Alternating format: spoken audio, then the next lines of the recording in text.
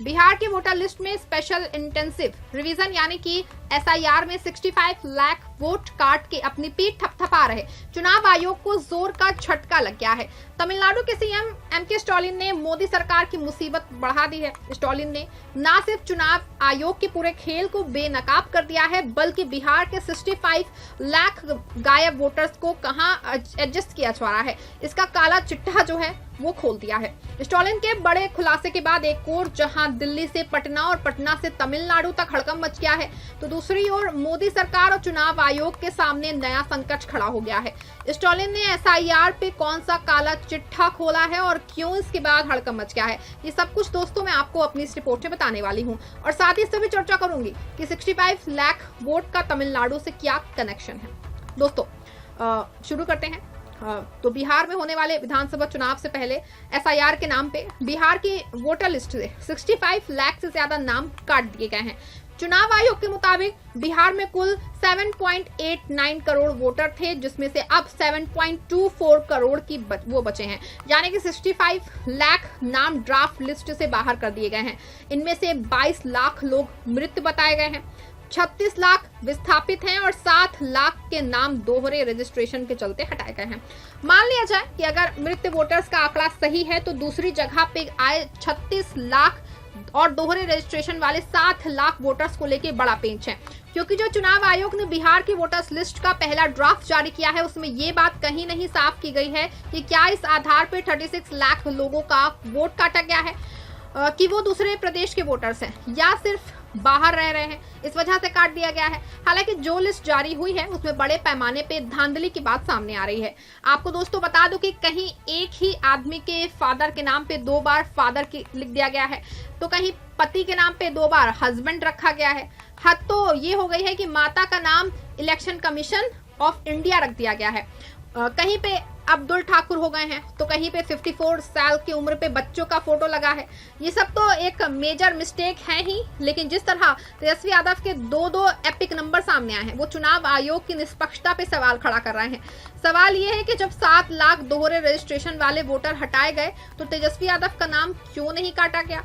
क्या ये सब कुछ चुनाव आयोग नहीं जान पाया था या ये सब कुछ चुनाव आयोग ने जानबूझ के किया है? आपको बता दूं कि जो पहली ड्राफ्ट लिस्ट चुनाव आयोग की सामने आई है उसमें कुछ ना कुछ पेंच जरूर है। इसी बीच बिहार के पूर्व मुख्य सचिव व्यास जी का डेटा भी इस घोटाले को और गहरा कर रहा है।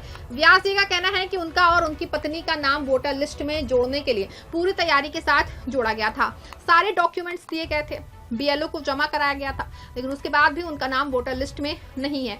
आपको बता दूं कि इस मामले को तेजस्वी यादव ने उठाया है और लिखा है कि जब बिहार के पूर्व अफसरों का ये हाल है तो आम जनता का क्या होगा। विपक्ष का आरोप है कि 65 लाख में से करीब 36 लाख वोटरों के नाम फर्जी तरीके से काटे गए हैं और इन्हें दूसरे राज्यों में एडजस्ट करने की साजिश चल रही है। यानी कि दोस्तों इन वोटरों को बिहार में वोट डालने से रोक के उन्हें किसी और राज्य की वोटर लिस्ट में जोड़ा जा सकता है। लेकिन सवाल ये है कि ऐसा क्यों और कैसे हो रहा है। तमिलनाडु के सीएम एमके स्टालिन ने इस साजिश की पोल खोल दी है। उन्होंने कहा है कि बिहार के इन 36 लाख वोटरों को तमिलनाडु जैसे राज्यों में जोड़ने की कोशिश हो रही है ताकि वहां की सियासत को प्रभावित किया जा सके। स्टालिन ने इसे लोकतंत्र पे हमला करार दिया है और कहा है कि 6.5 लाख नए वोटरों को तमिलनाडु की लिस्ट में जोड़ने की बात सामने आई है जो संदिग्ध है। उन्होंने साफ कहा है कि ये सब मोदी सरकार की शह पे हो रहा है ताकि विपक्षी राज्यों में उनकी पकड़ मजबूत हो। चुनाव आयोग ने इन आरोपों को खारिज किया है लेकिन कोई ठोस जवाब नहीं दिया। स्टालिन ने मांग की है कि हर नए वोटर का फिजिकल वेरिफिकेशन हो और बिहार से कटे हुए वोटरों का डेटा तमिलनाडु की लिस्ट से मिलाया जाए, लेकिन आयोग की चुप्पी और गोलमोल जवाब इस साजिश को और पुख्ता कर रहे हैं। क्या ये सचमुच एक सुनियोजित चाल है जिसके तहत बिहार के वोटरों को हटा के दूसरे राज्यों में सरकार बदलने की साजिश रची जा रही है? तमिलनाडु के सीएम एमके स्टालिन ने इस पूरे मामले को लेकर के मोदी सरकार और चुनाव आयोग पे तीखा हमला बोला है। उन्होंने कहा कि ये वोटर लिस्ट का घोटाला नहीं बल्कि लोकतंत्र को खत्म करने की साजिश है।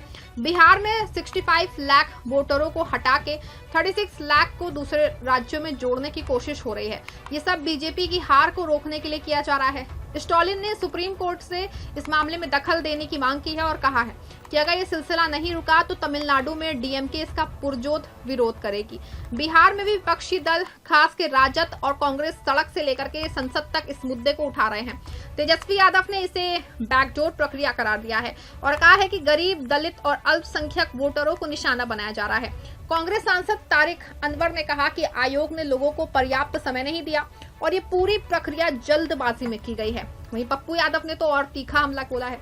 उन्होंने कहा कि अगर 65 लाख वोटर फर्जी हैं तो क्या नरेंद्र मोदी इन्हीं वोटों से पीएम बने हैं? अगर इतना बड़ा फर्जीवाड़ा है तो संसद और विधानसभाएं भंग कर दी।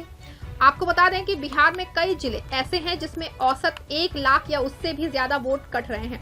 आपको बता दो कि 65 लाख वोटरों का कटना कोई छोटी मोटी बात नहीं है। अगर हर विधानसभा से 20 से 30 हजार नाम कटे हैं, जैसा कि तेजस्वी ने दावा किया है, तो ये कई सीटों का गणित बिगाड़ सकता है, खास के उन इलाकों में जहां विपक्ष की पकड़ मजबूत है।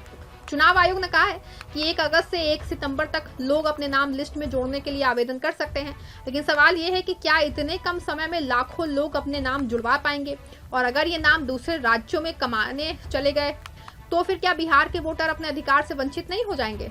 एमके स्टॉलिन ने साफ कहा है कि तमिलनाडु में किसी भी तरह की साजिश को कामयाब नहीं होने दिया जाएगा। उन्होंने केंद्र सरकार को चेतावनी दी कि अगर ये खेल जारी रहा तो पूरे देश में विपक्ष एकजुट होकर के इसका विरोध करेगा। आपको बता दूं दोस्तों कि चुनाव आयोग और मोदी सरकार की इस हरकत ने न सिर्फ बिहार बल्कि तमिलनाडु तक हड़कंप मचा दिया है।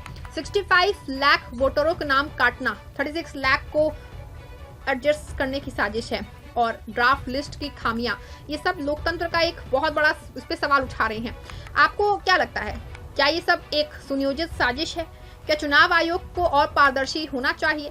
क्या चुनाव आयोग बिहार के वोटर्स का एडजस्ट करने की साजिश कर रहा है? क्या स्टॉलिन की ये बात सही है कि बिहार के वोट को दूसरी जगह एडजस्ट करने का खेल चल रहा है? पूरे मामले पे आप जो भी सोचते हैं कमेंट में जरूर बताइएगा। खबर को लाइक और शेयर भी जरूर करिएगा।